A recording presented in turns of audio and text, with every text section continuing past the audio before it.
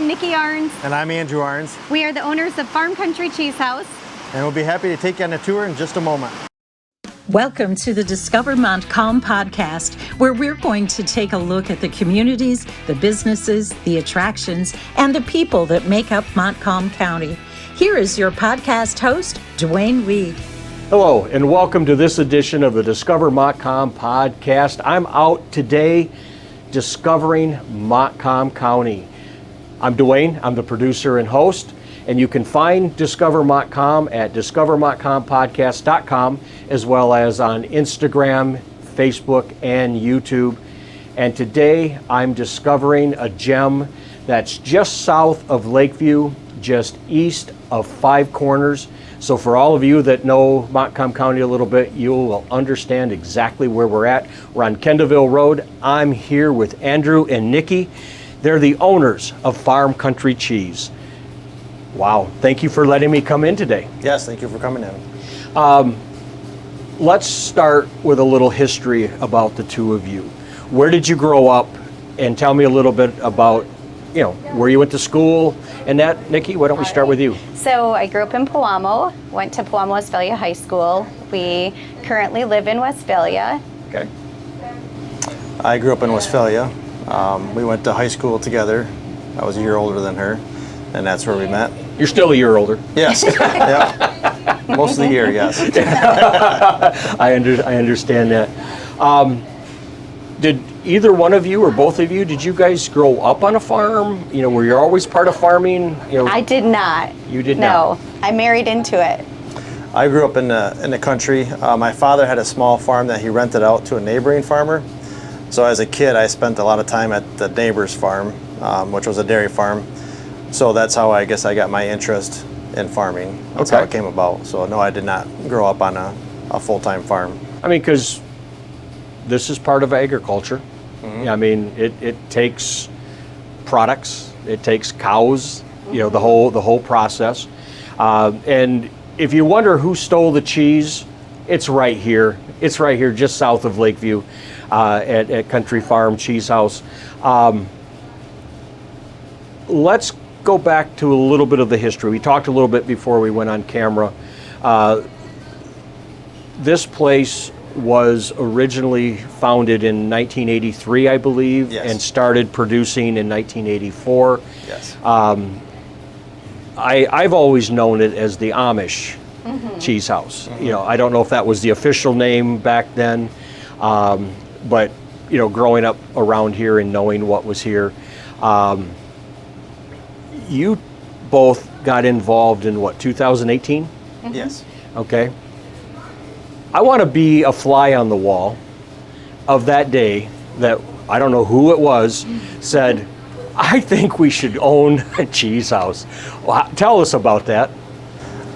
It actually goes back to 2012 when we started milking cows. We had one facility in Westphalia where we raised heifers for another dairy farm.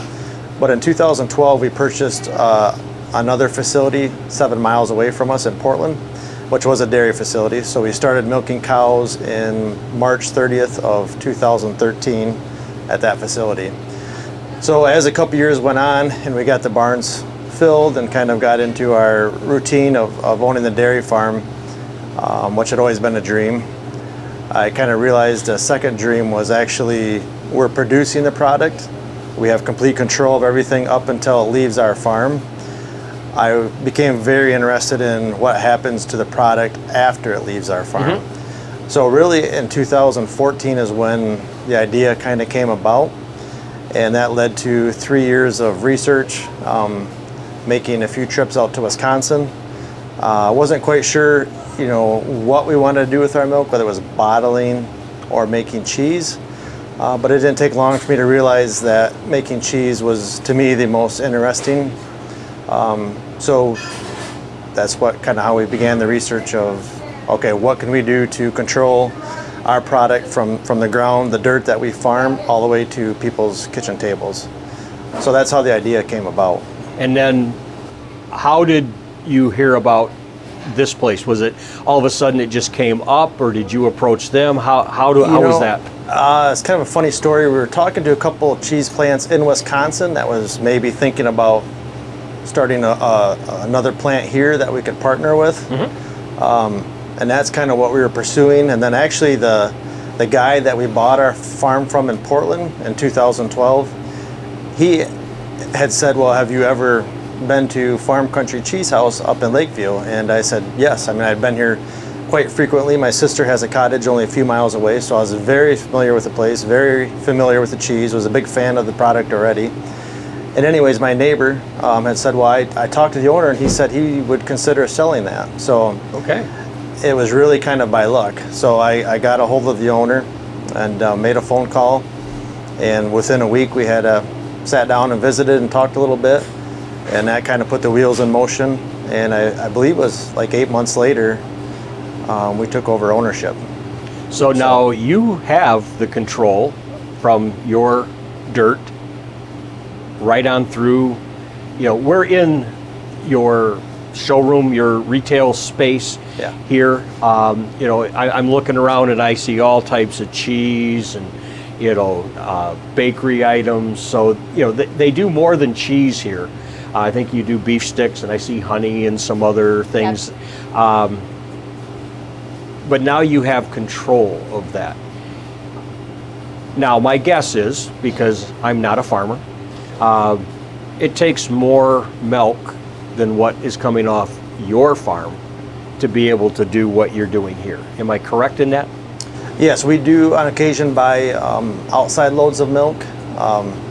Now for our specialty line, which is the Farm Country Cheese line, which is the products we have displayed behind us here, that is all 100% our farm's milk. Okay. So the Farm Country Cheese line is 100% our milk. We have complete control of everything, the products all the way through. We do have another line called AA Dairy Creamery that is used a lot in restaurants and different usages like that. If we are short, at times we do purchase milk in for that.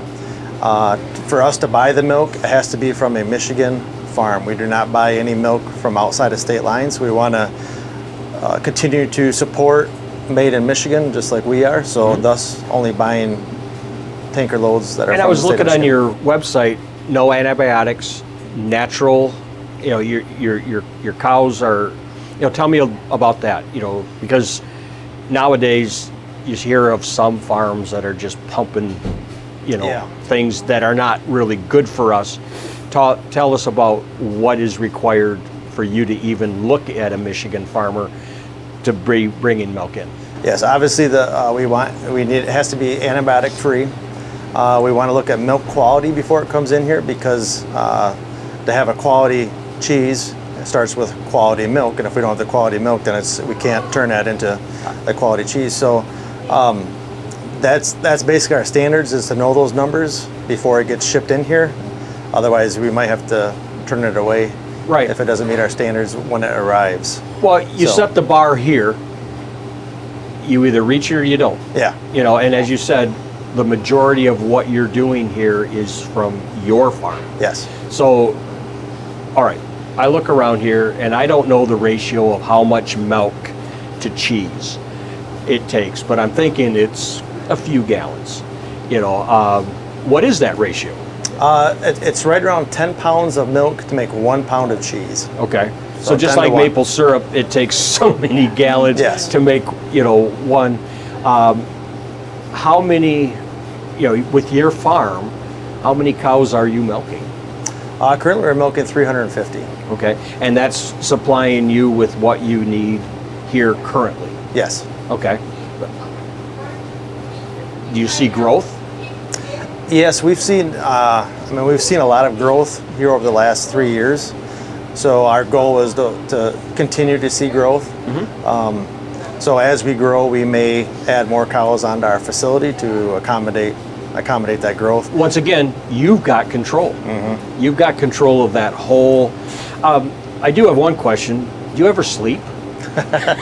No, he doesn't. Not a good week to ask that. We're kind of busy at the farm harvesting and planting right now, so it's been. Well, I understand, because if you're controlling that and you're controlling this, and the partnership here, do you kind of look over are you looking over everything? How do you split up the duties between the husband-wife combo here? I'll ask Nicki that. I would say so. I am able to be here more often, and so I do oversee the retail. We have some amazing employees who are very talented, and they help us tremendously run the plant. Wouldn't you agree? Yeah, I'd say I mean, both. without the employees, we couldn't do it all. Yeah, both the farm and here. We kind of oversee everything, but we have extremely valuable employees that makes us able to have the oversight of quality control at both It's a places. team. It's a team. Absolutely, yeah, and that's the key. So where we sit right now in 2024, your team, how many people do you have on the farm employed, and how many people does it take to keep the cheese house here going? I'd say the farm, for the cropping enterprise and the dairy, full and part-time. We have quite a few part-time guys for seasonal. We probably employ about 18 people. Okay.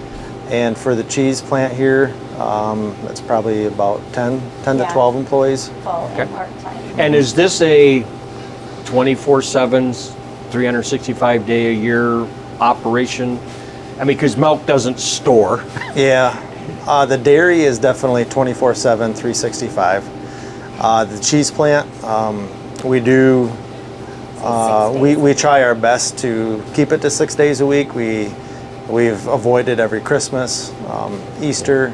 We have certain days that we just absolutely. Well, everybody let needs our a day's of employees- rest. Yeah. Everybody needs a day of rest, and otherwise it's just, and I'm preaching to the choir here. But that's okay. If you do what you like, it's a job, but it's a passion. Yeah, And it sounds like your passion, and you married into a passion. Yes. That's kind of the fun part. So we've talked about quality milk, quality product coming in. You've got the showroom, the retail space here. Did this always exist with the showroom space, with having cookies and bakery items? So we, I can't remember, about 3 years ago, put the bakery in, and we've, when we first took over the cheese house, we had a local Amish lady who was baking for the cheese house, and we put the bakery in. She has moved out of the area, but we've been able to find other girls coming in to bake.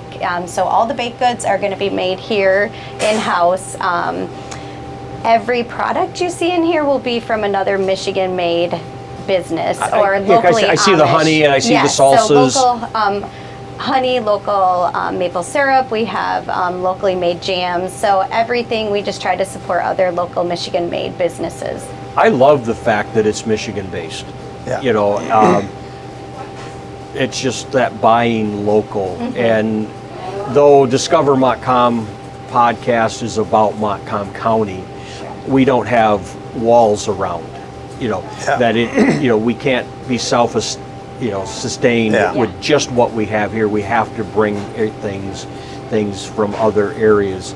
I know, Andrew, we're going to take a tour of the facility, and you're going to kind of see how cheese is made. So if think about that, 10 pounds of milk for 1 pound of cheese.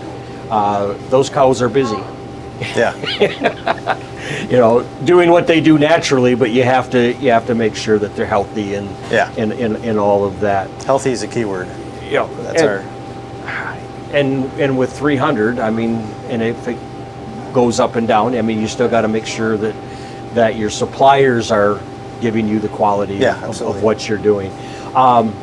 Is there anything that I haven't talked about the business before we go on the tour that you would like to let our listeners know? I know that they can book a tour to come in, and it isn't just showing up because you're not making cheese at all hours of the day. Yes. So if somebody's interested, how do they? What's your website? So farmcountrycheese.com, also social media, Facebook, Instagram, we always post. Farm Country Cheese. Yes. Just remember that. Yes, and the 3 check keywords. Yep. But yeah, we always post when we're making cheese, so fresh cheese curds. So follow us, or I always say call to make sure we're making cheese. Right, because otherwise you just show up, you've got all these baked goods and the Yes. cheese that you can purchase, but you may not be able to Have your fresh curds or watch the cheese. watch it Yes. being made. Anything else that you'd like people to know? On that website, since we brought it up, you'll be able to pull down in your area. We're in roughly 2,000 stores and restaurants. So on our website, you can click and try to find either a restaurant or a store that's near you. We work with distributors, so we're constantly trying to keep it updated, Right. which is a challenge with that many stores and restaurants, but we are proud that we're in a lot of different locations within Michigan, a little bit in northern Ohio, Indiana, Illinois. Okay. But that is available at our website as well. Other places you can find our cheese. So you can check them out, and I love the fact that you're keeping things local. I mean, you employ people from the Yes. farm to here that are local. One thing that I found interesting that you told me before we got going, that even when it was started way back in 1983, 84, it was always English owned but Amish run. Are you still? I mean, it's still English owned. Yeah, Do you employ Amish and? I mean, do you have a mixture? we certainly do. Yeah,